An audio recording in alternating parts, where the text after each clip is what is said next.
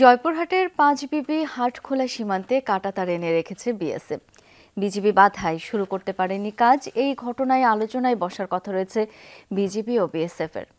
আমরা আরও জানতে চাই এই বিষয়ে। সীমান্ত এলাকা থেকে এখন যুক্ত হচ্ছেন সহকর্মী মুরাদ ইমাম কবির। মুরাদ, সীমান্তের এই মুহূর্তের পরিস্থিতি কেমন দেখছেন? কোনো ধরনের উত্তেজনা রয়েছে কিনা?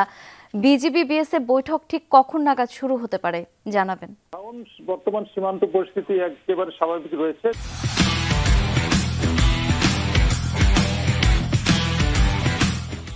তবে আমরা বিজিবি 20 ব্যাটালিয়নের যে অধিনায়ক রয়েছেন নাহিদ নেওয়াজ, আমি ওনার সাথে কথা বলেছিলাম। উনি আমাকে যেটি জানিয়েছে, মূল বিষয়টি হচ্ছে যে আজকে জানেন যে ভোর রাতের দিকে অনেক কুয়াশা ছিল। এই কুয়াশার মধ্যেই বিএসএফ এর কয়েকজন সদস্য বাঁশ দিয়ে এবং কাঁটাতারের বেড়া সীমান্তের 281 পিলারের 34, 35 ও 36 নম্বর সাব সীমানা পিলারের পাশ দিয়ে তারা বেড়া নির্মাণ করছিল।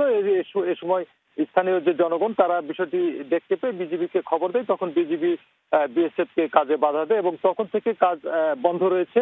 তো এই বিষয়ে বিজিবি যেটি বলছে সেটি হচ্ছে তাদের পক্ষ থেকে, বিজিবির পক্ষ থেকে বিএসএফ এর যারা কর্মকর্তা রয়েছে, স্থানীয় যে বিওপি কমান্ডার এবং ব্যাটালিয়ন কমান্ডার রয়েছে, তাদেরকে তারা বিষয়টি প্রতিবাদ জানিয়েছে এবং এই বিষয়ে বিএসএফ কে একটি পত্র দেওয়া হয়েছে যে এই সীমান্তে বর্তমান যে পরিস্থিতির উদ্ভব হয়েছে সেটিকে নিরসন করার জন্য।